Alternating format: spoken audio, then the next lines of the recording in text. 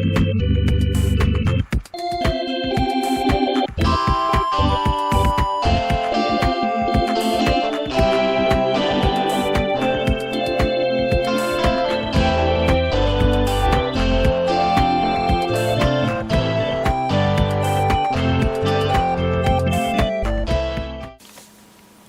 back to That's Life with John Carver. This is episode number 202. I'm calling this episode I Wish I Would Have Known. I wish I would have known. Now, there's several things that I've learned over the decades. I want to share just a few of them with you here today. And my wife and I, we've been married 30 plus years, and we've owned 4 homes in those 30 plus years since we got married in April of 1988. And we were under the impression that that's the American dream. Well, until you start doing the math, that the interest that you pay on these mortgages is incredible. So if you bought a $350,000 house at 5% interest, do the math, it's a whole lot more than $350,000 that you would have been paid for those mortgage payments. So it adds up. So there's some things that we've learned over the years that if we would have known that 30 years ago, we would have done things way, way differently.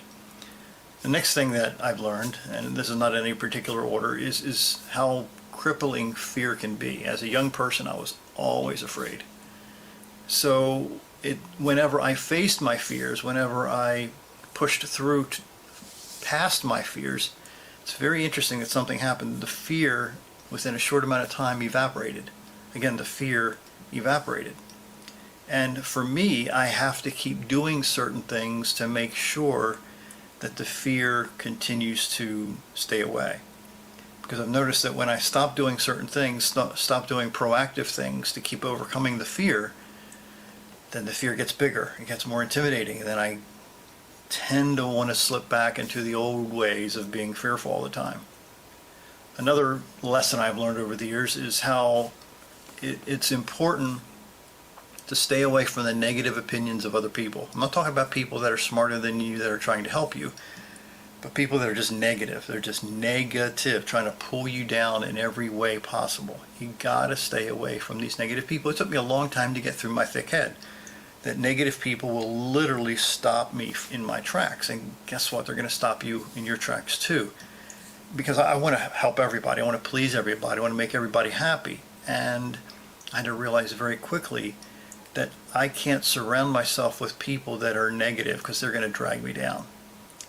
The next lesson I learned, the next 2 lessons I learned are two things that I need to, and I have for decades, invest in reading good books.